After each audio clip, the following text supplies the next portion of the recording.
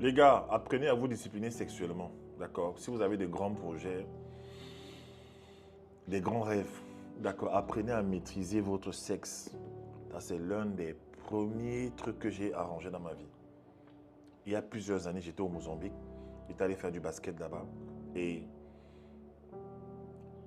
j'ai reçu le coup de fil d'une dame aux États-Unis qui priait beaucoup pour moi. Une Camerounaise qui est devenue américaine et qui était dans une église évangélique à Washington. Elle était prophétesse, très prophétique. C'est le genre de personne qui voit dans l'esprit, qui voit même à travers les murs. Elle était vraiment tranchante. Et elle avait un message pour moi. Elle est venue, elle m'a dit, euh, Dieu fera de très grandes choses dans ta vie. Tu vas réaliser beaucoup de choses. Et j'étais très content, j'étais vraiment très excité à de nouvelles perspectives pour ma vie alors que je galérais, je pataugeais un peu. À la fin de sa prophétie, elle m'a dit, par contre, j'ai une instruction pour toi. Elle m'a dit, l'Esprit de Dieu me dit de te dire que ton sexe, tu dois l'attacher. Oui, tu dois l'attacher. Tu n'auras pas le choix. Sinon, tu perdras tout ce que Dieu t'a promis. La première semaine, j'étais tout feu, tout flamme, j'étais content. Et j'avais accepté que oui, je vais me maîtriser. Quelques jours après, les tentations ont commencé à revenir.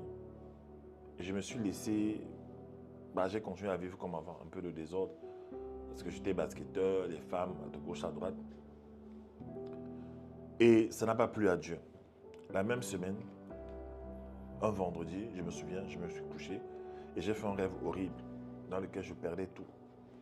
Tout ce que j'avais reçu. Je me faisais même rapatrier.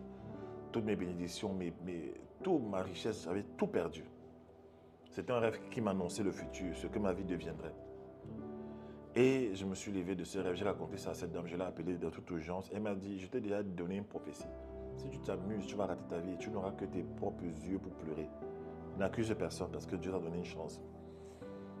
Et dès lors, j'ai commencé à marcher dans une discipline sexuelle à toute épreuve. Je me suis tenu, je me suis maîtrisé.